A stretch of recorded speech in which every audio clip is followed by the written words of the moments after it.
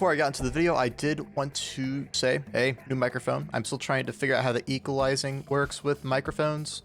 Getting a crash course by my buddies, and it's helping. But I still sound like I'm underwater in a lot of cases, and I wouldn't be surprised if this audio doesn't sound very well either. Bear with me. Also, we are dangerously close to 1,000 subscribers. Press it. I just need 40 VIs to press it. Press that button. I want that milestone. Give it to me. Don't mind that. I got a little violent there. Sorry about that, boys. The weapon I wanted to talk about, straight out of the box, I'm not going to give any speeches on how awesome I am or anything. The V9S. This thing feels like a sidearm in a game where there's no sidearms. How does that make any sense? I don't know either, but we're going to figure it out as we go here. There's just something about this weapon that feels underpowered. And, well, I actually know exactly why it feels underpowered. It's the damage drop-off with this weapon. This thing has absolutely terrible range, and that is no secret at all. Anyone who uses this weapon knows that there is no range to it, and that its counterpart, the 93R, is where you want to be at if you want to go anything past 20 meters. That's not to say the V9S doesn't have any capabilities at range. You can still hit some shots. It's a situation where if there's a better option out there to do the job that you're trying to do, why not use it? The V9S is good for close range capabilities. It does 40 damage body shot, 60 damage headshot. That is really, really good. In fact, if you're within the damage optimal range of the V9S, this thing has nearly the best DPS of any other gun in the game, especially if you're hitting headshots. But something I want to do with the V9S specifically is directly compare it with its counterpart, the other pistol on the light class, the 93R. Now, when you're thinking of the pistols of the game, you're thinking of these bad boys. When you think of a pistol in real life, you think of a semi-automatic, something like a Glock 1719, something like that, right? And that's basically what the V9S is, except it doesn't say Glock. And it also has a suppressor, shorter barrel. The butt looks a lot flatter. But these are the pistols of the game, and they're extremely similar to each other. The biggest difference they have is the way they fire the ammo that they actually shoot out of their big old mouths there, right? Semi-auto for the V9S, and then burst fire for the 93R. Honestly, in practice, these things play basically the same. There's barely any differences between these two guns. But when I mean they play the same, I don't mean in practice. In practice, they are very, very different, and that's from one big reason: the damage fall off. That is the whole reason why the V9S doesn't compare to the 93R right now. In every other world, they both are pretty much identical, and if anything, the V9S does outshine the 93R. In close range, within 10 meters, the V9S outshines the 93R in every metric: DPS, headshot values. The headshot multiplier for the V9S is about 20% more, which means headshots are even more valuable with the V9S. 60 damage a headshot is crazy. You can 3-shot lights with a V9S. That's pretty crazy. The DPS overall is some of the most insane you'll see in the game, period. And I'm saying all this like the 93R is getting blown out of the water by the V9S. Both of them, when it comes to their damage profiles, headshot, body shot values, are so extremely similar when it comes to DPS, it's basically negligible to even try to compare them when it comes to DPS. Like, when I'm comparing them, they're literally within like a 1/10 of a second when it comes to headshots. Body shots are a little different because of the values of the 93R.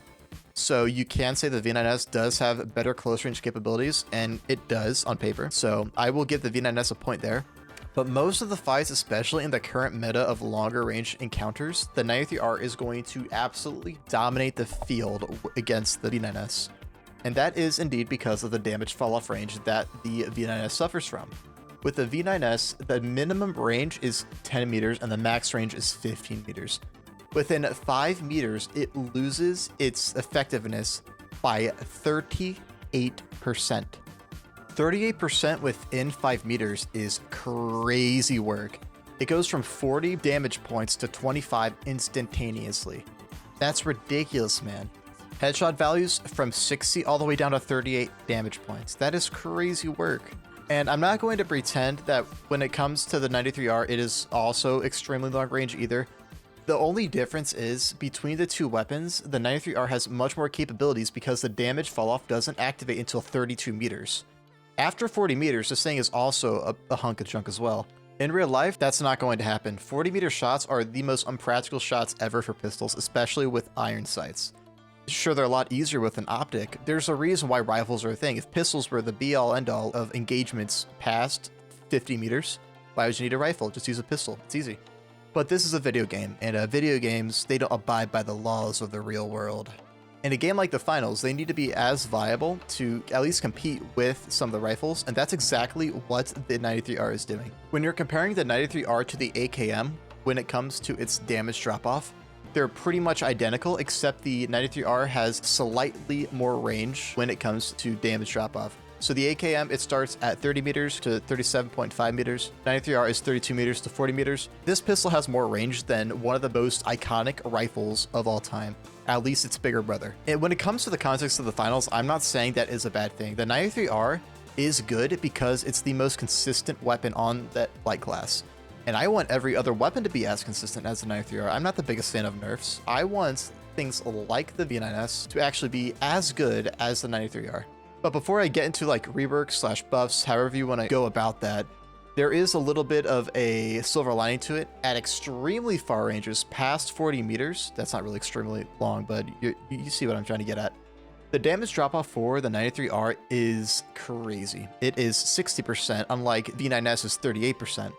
It's just not as crazy because of how close the V9S is compared to how far off the damage values for the 93R are. You're not going to be taking a lot of engagements past 40 meters, and if you are, you're not going to be doing much. The V9S will be doing more damage compared to the 93R at those ranges because the damage multiplier just being so much more drastic on the 93R.